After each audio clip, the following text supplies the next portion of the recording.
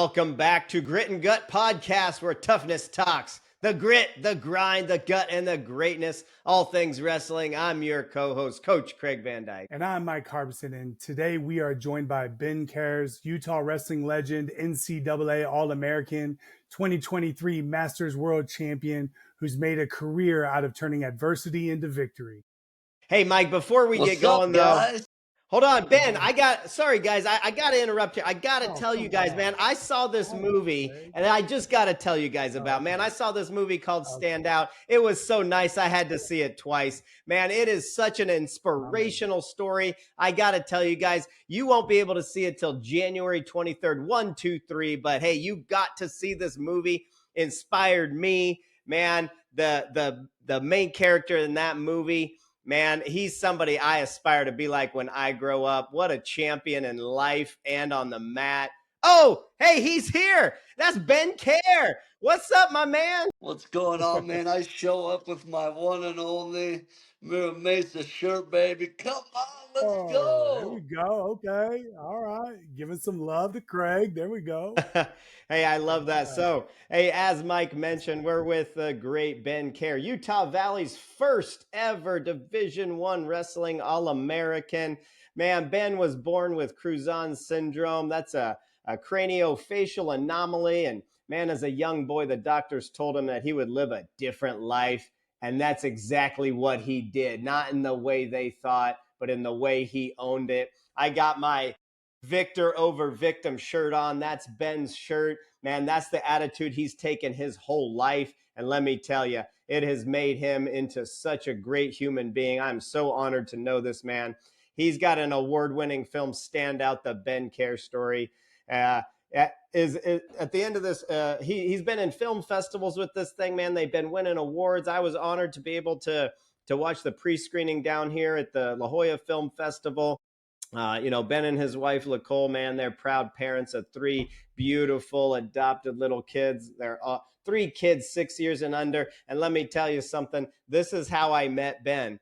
I saw these crazy little kids running around the airport in Greece. And I'm like, man, these people need some help. Hey, kids, come here. And then I noticed Ben. And let me tell you something. If he wasn't different, I probably wouldn't have recognized him. There's hundreds of All-Americans to go through, but man, I remembered Ben. I remember rooting for him when he was back there wrestling, and boom, I see him. I go, man, these are his kids. So I start trying to round up these crazy little kids, man, and that's how I got to meet Ben in this airport in Greece. And man, just ever since then, I saw what kind of dad, husband, and human he was.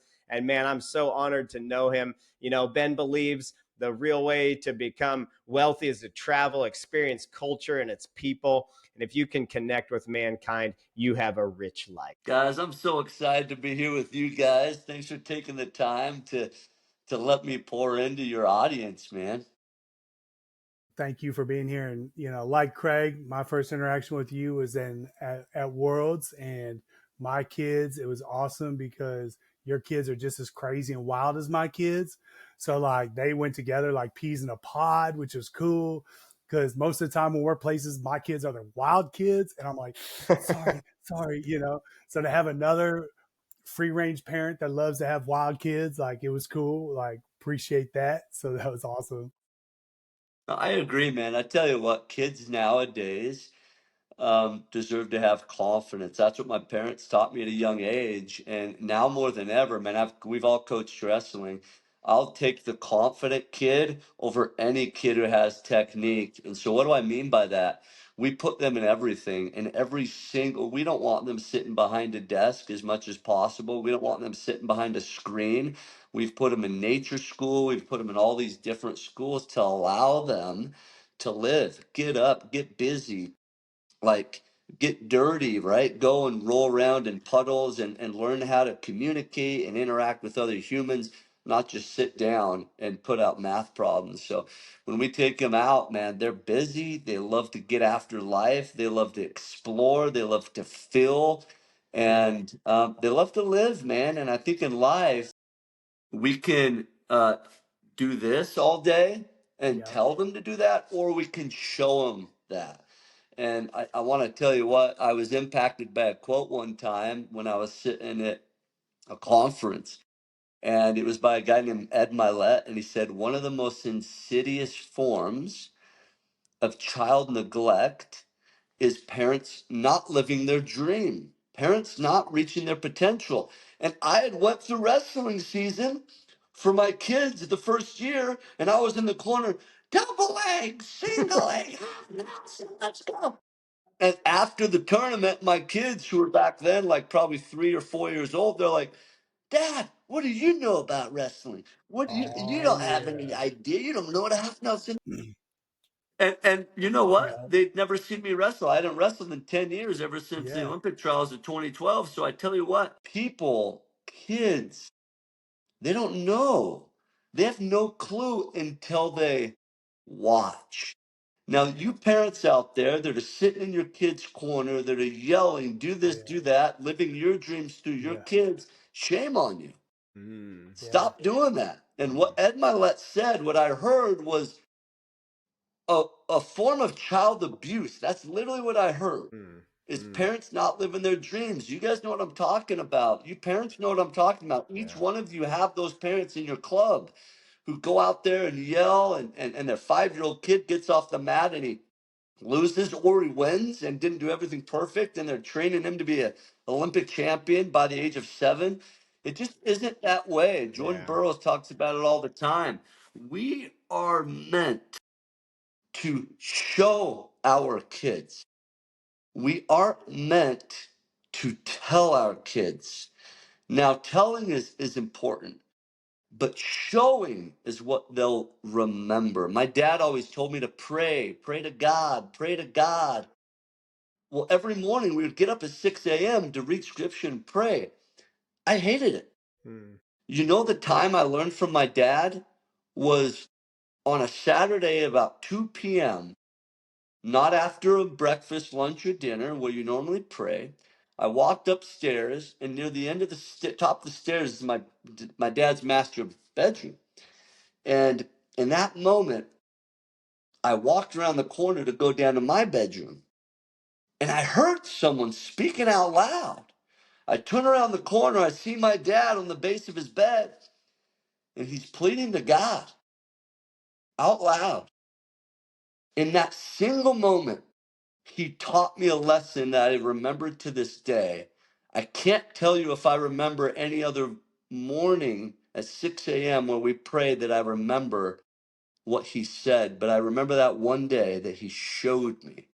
He didn't tell me, he showed me what it was like. As parents, as coaches, as leaders, we get to show people, we get to show our kids, we get to show our athletes what it's like to be a leader. mm, Well, and I think that probably that's actually a really good natural segue into, because by him showing you, the skills and the different things on how to be successful, right? And not just, but the hard work, the praying, the trusting God and believing in yourself, different things like that. Because your high school story is really inspiring as well, right? You're the first ever 3-time state champ at Viewmont High School in Utah, and you led your team to the first, helped lead the team to the first team state title. um, how was that experience in your wrestling, and how did that journey, um, from being a standout teen, start to help you to set your sights on even bigger goals, which, going to Utah Valley, being an All-American, or even, because you were on the run for the championship, right? You know what I'm saying? So you set your goals really high, and you achieved a really high standard somewhere where most people are like, oh, you don't go to Utah Valley to be an All-American. You know what I mean? So how did that mindset change start in high school, and then just kind of is like, oh, Utah Valley is going to give me my chance. I'm going here, and this is what I'm going to do. Dude, that's such a great question. Every single athlete out there is not going to have the opportunity in life to go to their number one school. And yet, there's so many opportunities to still compete. Wrestling mat is a wrestling mat. Now, coaches aren't created equal, I'll tell you that much. Correct, But 100%. we aren't created equal either. So I tell you what, my parents at a young age taught me 3 things. And these 3 things, if you follow them, will help you achieve 95% of your goals. Now, that's a crazy stat, and I say that confidently. I've taught it to companies around the country. I've taught it to teams and people that want to achieve. Now, these three things are as simple, not easy, but they're as simple as this. Number one, call your shot. Speak your goal out openly and make it very clear. For me in high school, it was to be a 3XSC, three-time state champion, to the point that I put it on my Letterman's jacket, baby. When Yes. I had only won one time, like, I had the biggest cojones in the world, bro. Yeah.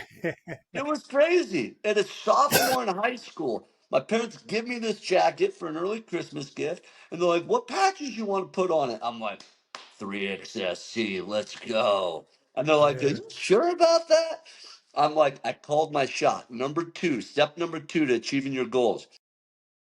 Get people in your corner that will hold you accountable. I call them shot callers. Get people who will help you call your shot, right? Craig's been that for me. I know Craig's been that for you too as a coach, and my coaches and my teammates and my girlfriends or my For wife or my parents. Figure out in your corner who those people are that when your coaches tell you to do 20 push-ups, that when you do 20, they're sitting there by you saying, "Bro, are you born to obey the average or are you born to disobey average?" Now, people that want to be champions disobey average, baby. Why? Because there's one gold medal on the podium. You can't do 20 push ups when your coach tells you to do 20 push ups. If you want to get gold, baby, you better be disobedient to average. And then number three, you have to have a timeline. Do you know how many people say, "I'm going to be a state champion"? Okay, are you going to do it your freshman, sophomore, senior, junior year? Because it totally depends on what work you have to put in. As Yep. soon as you set a timeline, you have to back into your goal and put in the effort and the reps.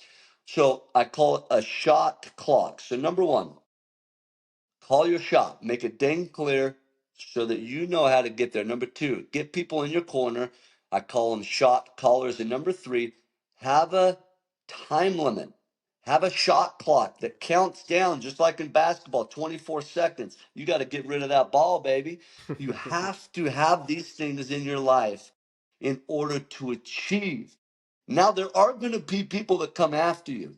There are Yeah. going to be people that once you put yourself out there like a Letterman's jacket 3XSC, they're going to say, "Yeah, right."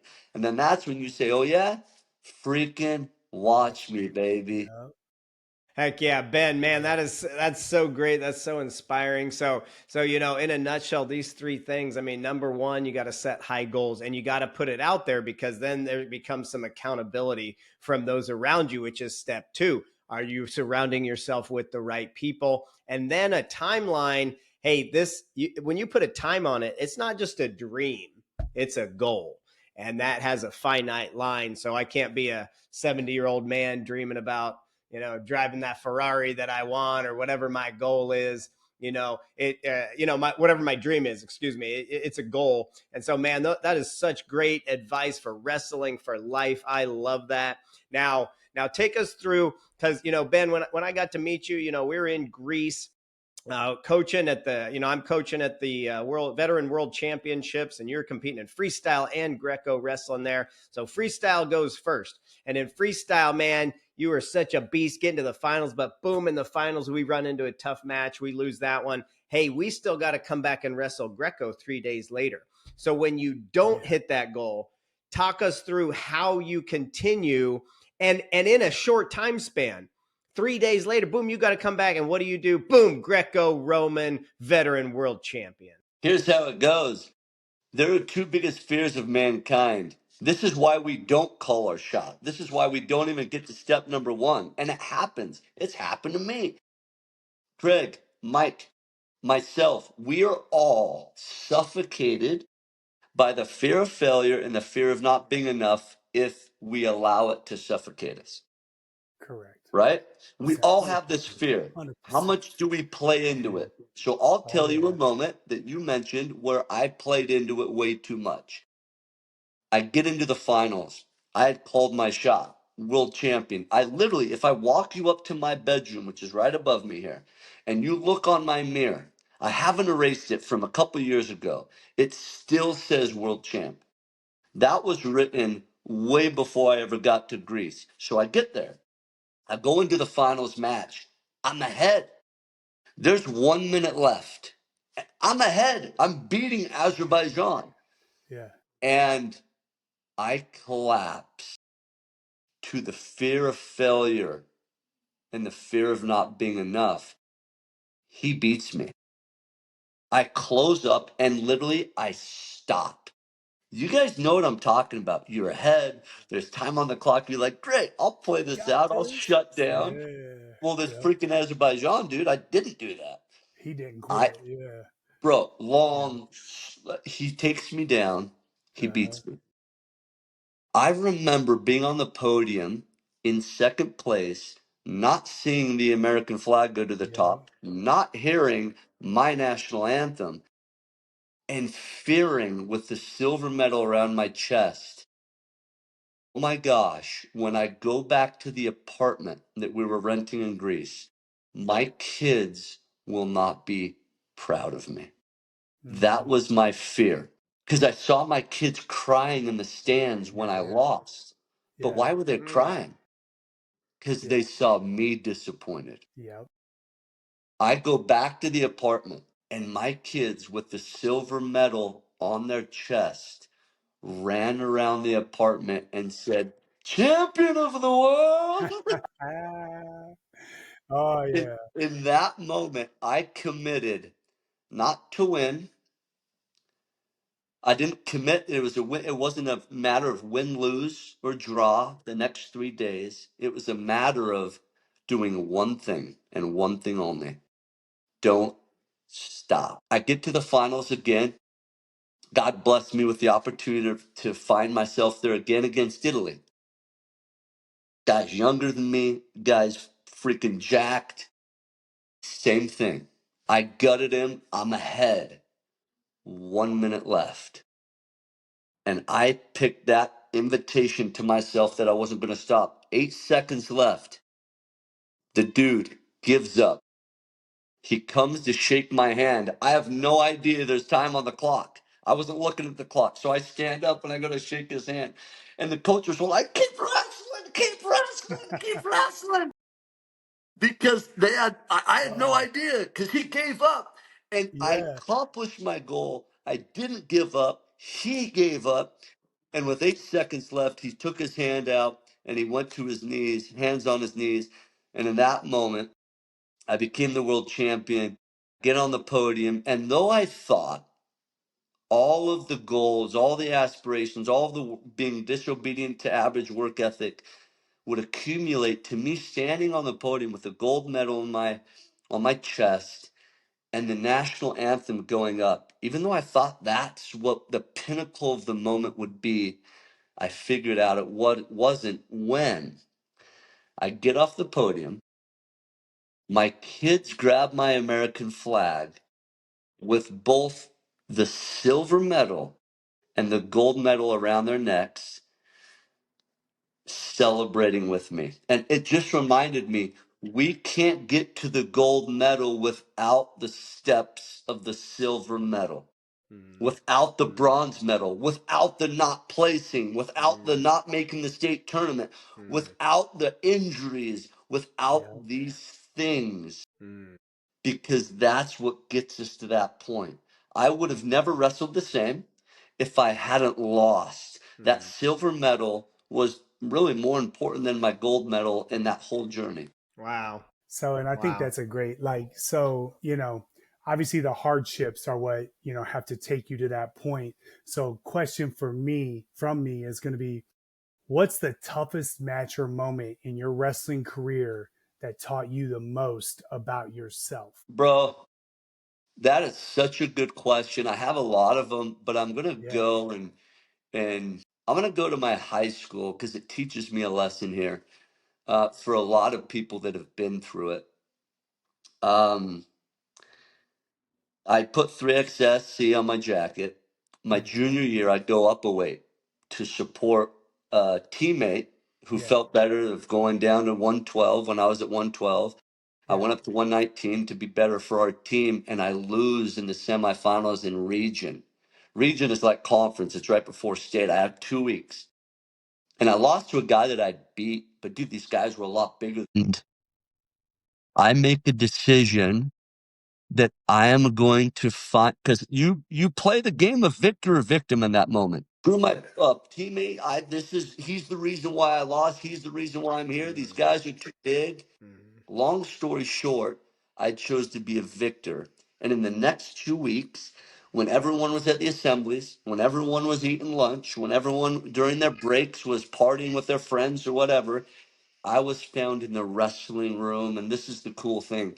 My shot callers, my principal, literally my principal, instead of going to assembly, he was in the wrestling room with me. He wrestled in college. Wow. He saw what I How put on my cool. jacket. My teammates, my coach, who was a teacher at the school, they were in the wrestling room because they knew what my goal was. It wasn't a secret. It wasn't a secret that I was going to be a 3-time state champion. I had it shy of tattooing it on my forehead. I had it on my arm. Just Wow. like Jordan Burroughs says, all Wow. I see is gold. Just like Kyle Dake, if you watch the documentary that they did a long time ago, wrote in his journal every night. The first time he won, he wrote it once. The second time he won, he wrote it twice. Before the third time, he wrote it 3 times. Before the fourth time, he wrote it 4 times. I'll give you another example. This is a popular example that you guys know. Luke Lilladall from Penn State. He was ranked one of the top in Yeah. the country last year.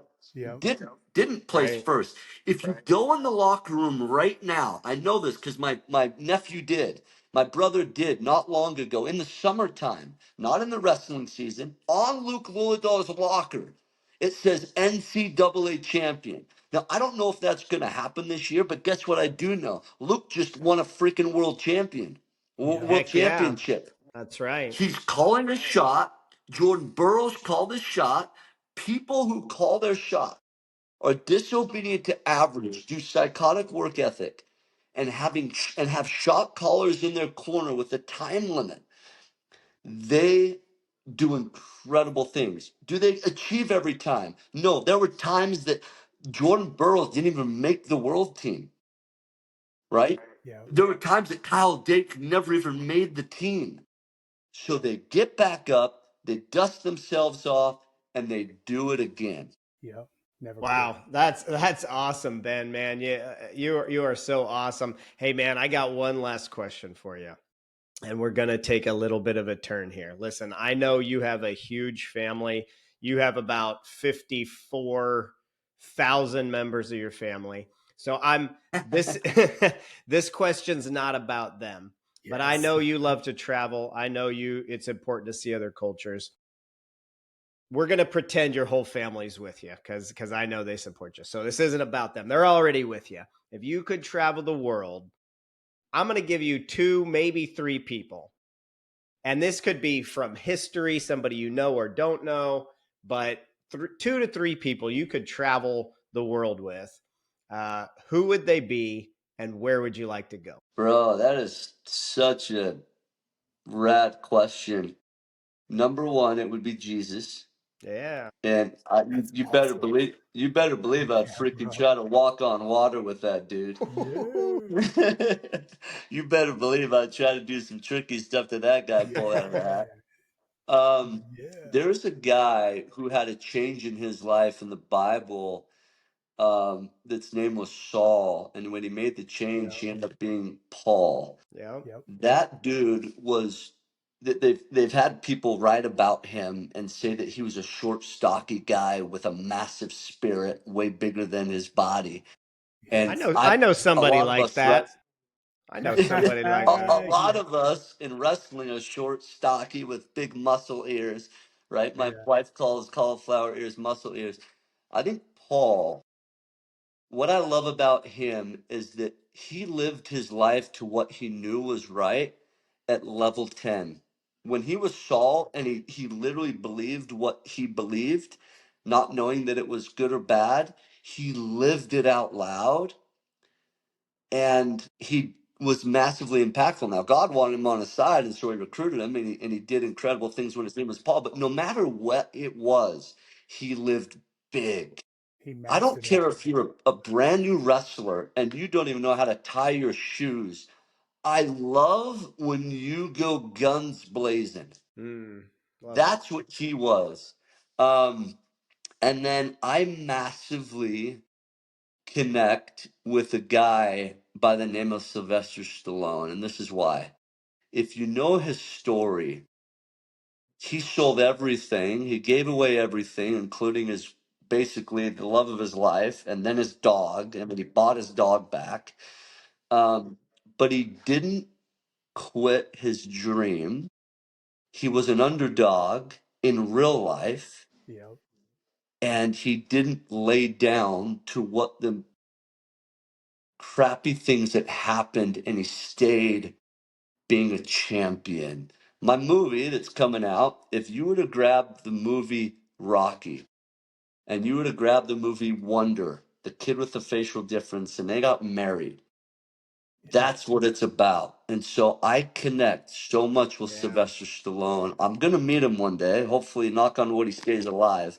Yeah. But it would be Jesus, the powerhouse Paul, and Yeah. someone like Sylvester Stallone, who's absolutely seen the depths of life, Yeah. looked at fear in the face, and spit twice, baby. Yep. Yeah, that's awesome. Nice. And where would you go with them?